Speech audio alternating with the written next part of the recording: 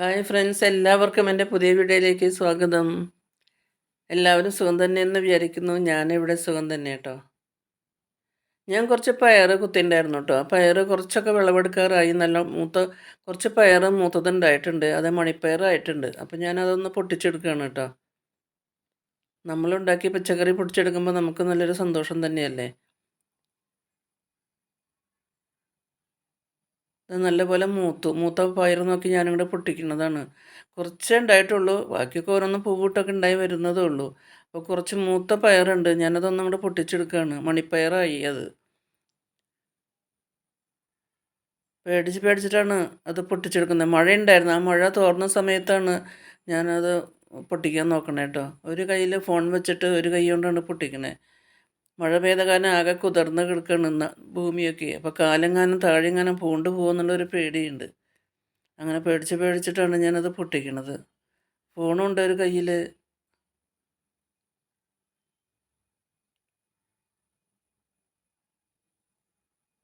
അങ്ങനെ ഞാൻ എന്താ ഉണ്ടായ പയറൊക്കെ ഞാൻ അങ്ങോട്ട് പൊട്ടിച്ചെടുത്തു കേട്ടോ. ഇത്രയും പയറ് കിട്ടി. എന്നാലും നമ്മളുണ്ടാക്കിയ പച്ചക്കറി നമ്മളുണ്ടാക്കിയ പയറ് പൊട്ടിക്കുമ്പോൾ നമുക്കതൊരു സന്തോഷം തന്നെയല്ലേ. നല്ല ടേസ്റ്റാണ്. നമ്മളുണ്ടാക്കുന്നത് വിഷമില്ലാത്തതാണ്.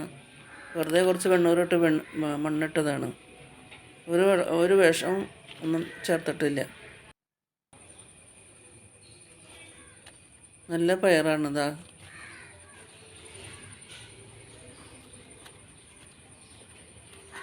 അങ്ങനെ ഇത്രയും പയറ് കിട്ടിയിട്ടോ. എത്ര പയറ് കിട്ടി എനിക്ക് പൊട്ടിച്ചത്. ബാക്കി ഓരോന്നും ഇനിയിപ്പോൾ ഉണ്ടാവുന്നുണ്ട്. അത് കുറച്ച് നമുക്കാവുമ്പോൾ പൊട്ടിച്ചെടുക്കാമല്ലോ.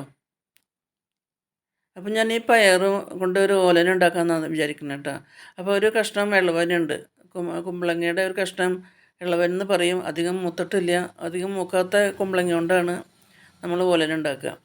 അപ്പോൾ അതിന് വേണ്ടി അപ്പം ഞാൻ ഈ 5-6 പയറുണ്ടല്ലോ. അപ്പോൾ പയറും ഈ ഇളവനും കൂടി ഒരു ഓലൻ ഉണ്ടാക്കാമെന്നാണ് വിചാരിക്കുന്നത്. അപ്പം ഇനി പയറിൻ്റെ തൊണ്ടൊക്കെ കളഞ്ഞ് അതിന് മണി എടുക്കുകയാണ് കേട്ടോ. അതാ പയറിങ്ങനെ ഓരോന്ന് അതിൻ്റെ നാര് ചീന്തി അതിൻ്റെ മണി അതാ പയറ് മുഴുവനും ഞാനിങ്ങനെ മണി എടുത്തുകൊണ്ടിരിക്കുകയാണ് കേട്ടോ.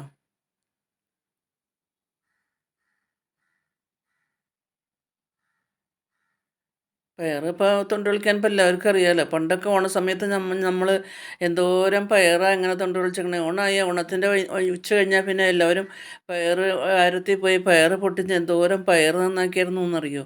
ഇപ്പോൾ ഒന്നും അങ്ങനെയൊന്നും പയറ് പൊട്ടിക്കാനും പയറ് നന്നാക്കാനൊന്നും ഇല്ല. ഇതാ ഇപ്പോൾ ഉണ്ടായ പയറ് ഇതാ ഞാനിങ്ങനെ നന്നാക്കി കേട്ടോ. പണ്ടൊക്കെ ധാരാളം പയറിങ്ങനെ നന്നാക്കി എടുക്കുമായിരുന്നു. ഓണസമയത്താണ് പയറുണ്ടാവുക. ഒരുപാട് പയറ് പൊട്ടിച്ചുകൊണ്ട് നല്ല ഉപ്പേരിയൊക്കെ വെക്കാറുണ്ട്. നല്ല ടേസ്റ്റാണ്. ഇതാ അപ്പോൾ ഇത്രയും പയറ് കിട്ടി കേട്ടോ. ഇത്രയും മണിപ്പയറ് കിട്ടി. അതിന് ശേഷം എന്താ കുമ്പളങ്ങ ഇളവൻ്റെ കഷ്ണം ഉണ്ടായല്ലോ, അതും കൂടി നുറുക്കിയിട്ട് നമുക്ക് ഓലൻ വയ്ക്കാനാണ്. അപ്പോൾ ഇളവൻ കഷ്ണങ്ങളാക്കിയിട്ട് അതിൻ്റെ തൊലിയൊക്കെ കളഞ്ഞ് നമുക്ക് ഒന്ന് ചെറിയ കഷ്ണങ്ങളാക്കി ഓലന് നുറുക്കിയെടുക്കാം കേട്ടോ. അതിൻ്റെ തൊലിയും അതിൻ്റെ ചോറൊക്കെ കളയണം. അതിൻ്റെ തൊലിയും ചോറൊക്കെ കളഞ്ഞു കേട്ടോ. എന്നിട്ട് ഞാൻ ഓലനെ നുറുക്കണ മാതിരി ഇങ്ങനെ നുറുക്കിക്കൊണ്ടിരിക്കുക. ഓലനെ കുറച്ച് വീതിയിലാണ് നുറുക്കുക. അങ്ങനെ അത്രയധികം ചെറുതാക്കാൻ പാടില്ല. കുറച്ച് വീതി വേണം. അതെങ്ങനെയാണ് ഓലന് കഷ്ണം നുറുക്കുക കേട്ടോ. അതെങ്ങനെയാണ് ഓലന് കഷ്ണം നുറുക്കണത്. ഇപ്പോൾ ഓലന് ഞാൻ കഷ്ണം നുറുക്കി കേട്ടോ. അപ്പോൾ പയറുമായി ഓലനുമായി പയറുമായി ഇളവനുമായി. അപ്പോൾ രണ്ടും നല്ലപോലെ കഷ്ണങ്ങളൊക്കെ നല്ലപോലെ കഴുകി കൊണ്ടുവന്നു. ഒരു മൺചട്ടി അടുപ്പത്ത് വെച്ച് അതിലേക്ക് ആദ്യം പയറാണ് ഇട്ട് കൊടുക്കുന്നത്. പയറിന് കുറച്ച് വേവ് കൂടുതലുണ്ടല്ലോ. അപ്പോൾ അതുകൊണ്ട് ഞാൻ ഈ പയറിട്ട് കൊടുക്കുകയാണ് കേട്ടോ. ആദ്യം പയറിട്ട് കൊടുത്തിട്ട് കുറച്ച് അര ഗ്ലാസ് വെള്ളം ഒഴിച്ചിട്ട് ആ പയറൊന്ന് നമുക്കൊന്ന് വേവിച്ചെടുക്കാം. പയറടുപ്പത്ത് വെച്ച് ഒന്ന് തിളച്ച് വന്നപ്പോൾ ഒന്ന് ഇളക്കിയിട്ടു. ഇതിപ്പോൾ ഈ പയറിന് പകരം സാധാരണ ഇപ്പോൾ ഞാൻ ഈ പയറുള്ളത് കൊണ്ടാണ് ഞാൻ ഈ പയറെടുത്തത്. ഇല്ലെങ്കിൽ നമ്മൾ കടയിൽ നിന്ന് വാങ്ങിക്കുന്ന ഉണക്കപ്പയറുണ്ടല്ലോ, വൻപയർ, അത് വെള്ളത്തിൽ കുതിർത്ത് കുക്കറിൽ വേവിച്ചിട്ട് അങ്ങനെ ഉണ്ടാക്കാം. ഇതിപ്പോൾ പയറില്ലാണ്ട് ഇളവൻ തന്നെ ഉണ്ടാക്കാം. അതിപ്പോൾ നമ്മുടെ സൗകര്യം പോലെ എങ്ങനെ വേണമെങ്കിൽ ആവാം കേട്ടോ. ഇതിപ്പോൾ ഇങ്ങനെ ഉണ്ടാക്കുന്ന ഇങ്ങനെയുള്ള ഈ പച്ചപ്പയറിൻ്റെ മണിപ്പയർ കൊണ്ട് ഓലൻ വയ്ക്കുമ്പോൾ അതിനൊരു പ്രത്യേക ടേസ്റ്റ് തന്നെയാണ്. അതുകൊണ്ട് കുറച്ച് ഇത് ഉണ്ടായതുകൊണ്ടാണ് ഞാനിങ്ങനെ ഉണ്ടാക്കുന്നത്. ഇങ്ങനെ ഉണ്ടാക്കുന്ന ഓലനൊരു പ്രത്യേക ടേസ്റ്റ് ഉണ്ട്. അതാ ഞാനപ്പോൾ ഇളവനൊക്കെ നുറുക്കിയിട്ടുണ്ടായിരുന്നു. ഇളവനും നുറുക്കിയതും കൂടി ഞാൻ ആ പയറ് വേവാറായപ്പോൾ അതിൽ കൂടെ ചേർത്ത് കൊടുത്തു. നല്ലപോലെ ഇളക്കി ചേർത്ത് ഞാനൊരു ഇല കൊണ്ട്, ഒരു വാഴയില കൊണ്ടൊന്ന് അടച്ച് വെക്കുകയാണ് കേട്ടോ. അപ്പോൾ ആ വാഴയില കൊണ്ട് അടച്ച് വെച്ച് അതിൻ്റെ ആവിയിൽ ഇരുന്നത് നല്ലപോലെ ഒന്ന് വെന്തോളും. ലോ ഫ്ലെയിമിലാണ് വെക്കുന്നത്. ആ വാഴയില കൊണ്ട് അടച്ച് വെച്ചിട്ട് വീണ്ടും അതിൻ്റെ ഒരു പ്ലേറ്റ് വെച്ച് ഒന്ന് അടച്ച് വെച്ചു. അതിന് ശേഷം എന്താ അടുപ്പ് തുറന്നു. ഓലൻ എന്ന് പറഞ്ഞാൽ നല്ല ടേസ്റ്റ് ഉള്ളതല്ലേ ഓലൻ. ഓലൻ എന്ന് വെച്ചാൽ സദ്യയിൽ ഒഴിച്ചുകൂടാൻ പറ്റാത്ത ഒന്നാണ് ഈ ഓലൻ എന്ന് പറഞ്ഞത്. ഓലനില്ലാത്ത സദ്യയില്ല.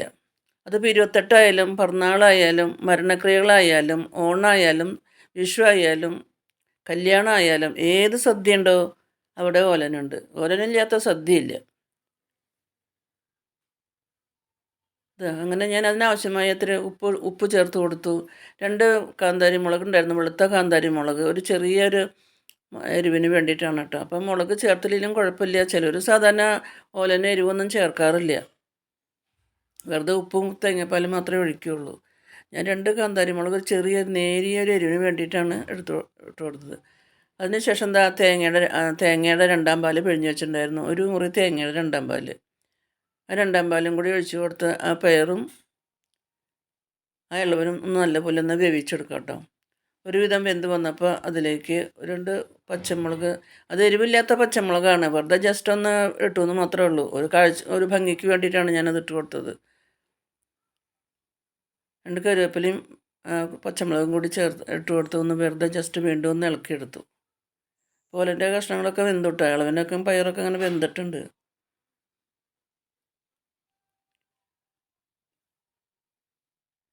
അതിന് ശേഷം എന്താ ആദ്യത്തെ പാല്, ഒരു മുറി തേങ്ങയുടെ ആദ്യത്തെ പാല് ഒട്ടും വെള്ളമില്ലാണ്ട് പിഴിഞ്ഞെടുത്ത പാലാണ്. ആ 1-ാം പാലും കൂടി ഒഴിച്ച് കൊടുത്ത് ഫ്ലെയിം ഓഫ് ചെയ്തു കേട്ടോ. മൺചട്ടിയാണല്ലോ, മൺചട്ടിക്ക് കുറച്ച് ചൂടുണ്ട്. അതുകൊണ്ട് പിന്നെ ഞാൻ നേരത്തെ തന്നെ പാലൊഴിക്കാൻ നേരത്തെ തന്നെ ഞാനത് ഓഫ് ചെയ്തു. അതിന് ശേഷം എന്താ നല്ലോണം ഒരു കുഴിയിൽ വെളിച്ചെണ്ണ, പച്ച വെളിച്ചെണ്ണയും കൂടി ഒഴിച്ചു കൊടുക്കുന്നുണ്ട് കേട്ടോ. പച്ച വെളിച്ചെണ്ണയും തേങ്ങാപ്പാലും കൂടി ചേർന്നാലാണ് ആ ഓലൻ്റെ ശരിയായ ടേസ്റ്റ് കിട്ടുള്ളൂ. അപ്പോൾ നല്ലൊരു ഓലൻ തന്നെയാണ് കേട്ടോ, സദ്യയിലേക്ക് ഒഴിച്ചുകൂടാത്ത ഓലൻ.